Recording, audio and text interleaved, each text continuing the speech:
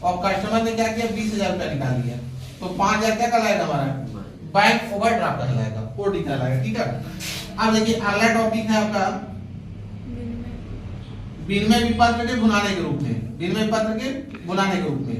अब ध्यान दीजिएगा, विनिमय विपत्र पहले होता क्या है जानिए। आहारता क्या करता है, विपत्र लिखता है और आहारी क्या करता है, स्वीकार करता है। ड्रावर बिल को क्या करता है, लिखता है, और ड्रॉइंग क्या करता है, बिल को स्वीकार कर लेता है। तो उसका भुगतान एक निश्चित समय के बाद करेगा आहारी, और आहारता को तुरंत पैसे की आवश्यकता होगी।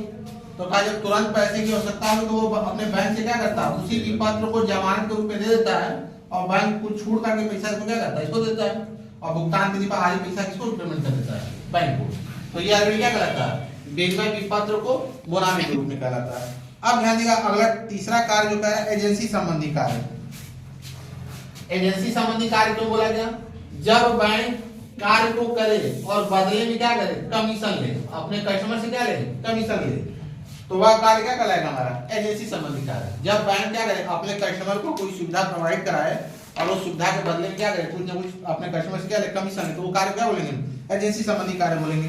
देखिए एजेंसी संबंधी कार्य क्या करे, ग्राहक की ओर से भुगतान करना, ग्राहक की ओर से भुगतान करना। अब देखिए ग्राहक की ओर से भुगतान करने का मतलब सुनिए, जब कस्टमर क्या करता है, कोई भी चेक काट के क्या करता है, किसी थर्ड पार्टी को देता है, और थर्ड पार्टी अगर बैंक के पास पहुंच जाता है तो बैंक क्या करता है, तुरंत उसके चेक का क्या करता है, भुगतान कर देता है, और बैंक अपने इस कार्य को करने के लिए बदले में कुछ न कुछ से कमीशन लेता है। फिर देखिए दूसरा क्या, ग्राहक की ओर से भुगतान संग्रह करना।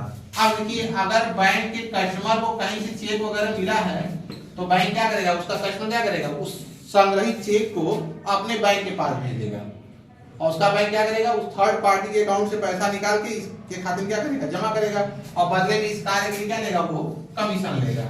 फिर देखिए अगला टॉपिक क्या है अपना जो है प्रतिभूतियों का क्रय विक्रय करना। अब ध्यान दीजिएगा, प्रतिभूतियों का क्रय विक्रय भी कौन करता है, हमारा बैंक करता है। फिर देखिए अगला टॉपिक क्या है कि धन का हस्तांतरण। हम बैंक में क्या करते हैं, रुपया जमा कर लेते हैं, और उस बैंक का आसानी से किसी दूसरे स्थान पर रुपया क्या करते हैं, निकाल लेते हैं। अब तो विदेश से भी रुपया हमारे देश में आती है बैंक के माध्यम से, और हमारे देश के रुपया भी क्या करते हैं, विदेश में क्या कर सकते हैं, जमा कर सकते हैं। तो धन का हस्तांतरण की सुविधा कौन उपलब्ध करा, बैंक करा, और इस कार्य के बदले में क्या लेता है, कोई ना कोई हमसे क्या लेता है, वो कमीशन लेता है। फिर देखिए विविध कार्य, विविध कार्य में देखिए सबसे पहला कार्य देखिए कार्य जो है संपत्ति की सुरक्षा प्रदान करना। बैंक क्या करता है, अपने कस्टमर को एक लॉकर की सुविधा देता है, जिसमें कस्टमर क्या करता है, अपने महत्वपूर्ण कागजात आभूषण क्या कर सकता है, बैंक के पास रख सकता है। तो कहीं ना कहीं बैंक क्या किया, अपने कस्टमर को संपत्ति की सुरक्षा प्रदान की। फिर देखिए साख प्रमाण पत्र जारी करना, चेक, बैंक ड्राफ्ट, यात्री cheque, debit card, credit card, ये जारी कौन करता है, हमारा बैंक जारी करता है। तो ये बैंक के क्या है, अन्य कार्य है। फिर देखिए अगला टॉपिक है अंशों का विलोपन। जब एक कंपनी अंशों का क्रय विक्रय करती है तो किसके माध्यम से करती है, वो बैंक के माध्यम से करती है। तो क्या बैंक के माध्यम से क्रय विक्रय करने में क्या कहलाएगा, हमारा अंशों का अभिगोपन कहलाएगा। फिर देखिए वित्तीय मामले में सलाह देना। बैंक क्या करती है, अपने कस्टमर को आवश्यकता अनुसार वित्तीय पढ़ने पर उसको क्या करती है, वो सलाह देती है। और एक लास्ट टॉपिक और कह सकते हैं कि आंकड़ों का संग्रह करना। बैंक क्या करती है, सरकार द्वारा प्रकाशित किए जाने वाले अर्थव्यवस्था के मामले में आंकड़ों क्या करती है, संग्रह भी करती है, और उसे क्या करती है, प्रकाशित करती है। ये प्रकार ना देखिए वर्तमान समय में बैंक कई प्रकार के चलन में है। सबसे पहली बैंक जो दिया आपके बुक में, बैंक केंद्रीय बैंक। तो कहा देखिए केंद्रीय बैंक वह बैंक है जो उस देश में मुद्रा तथा साख नियंत्रण का क्या करती है, कार्य करती है। हमारे देश का जो केंद्रीय बैंक है आरबीआई, जिसकी स्थापना 1 अप्रैल 1935 में हुई है, 1 अप्रैल 1935, और राष्ट्रीय दंड 1 जनवरी 1949 को हुई है। राष्ट्रीय दंड क्या हुआ है, 1 जनवरी 1949। और भारत में पत्र मुद्रा निर्माण तथा साख नियंत्रण कार्य कौन करती है, हमारी आरबीआई करती है। पाकिस्तान में स्टेट बैंक ऑफ पाकिस्तान करता है, और बैंक इंग्लैंड में क्या होता है, बैंक ऑफ इंग्लैंड करता है। फिर देखिए दूसरा बैंक है व्यापारिक बैंक। का व्यापारिक बैंक वह बैंक होता है जो व्यापारियों को अल्पकालीन और क्या करती है, मध्यकालीन ऋण प्रदान करती है। व्यापारियों को अल्पकालीन और मध्यकालीन क्या करती है, ऋण प्रदान करती है। वो बैंक क्या कहलाती है, हमारी व्यापारिक बैंक कहलाती है। फिर देखिए तीसरा आपका औद्योगिक बैंक। क्या देखिए, औद्योगिक बैंक वह बैंक होता है जो उद्योग धंधों क्या करती है, दीर्घकालीन ऋण प्रदान करती है। अल्पकालीन प्राय कौन दे देता है हमको, व्यापारी देता है, लेकिन जब दीर्घकालीन ऋण की आवश्यकता पड़ेगी तो कौन सा बैंक उसके लिए स्थापित किया गया, औद्योगिक बैंक स्थापित किया गया। फिर देखिए विनिमय बैंक।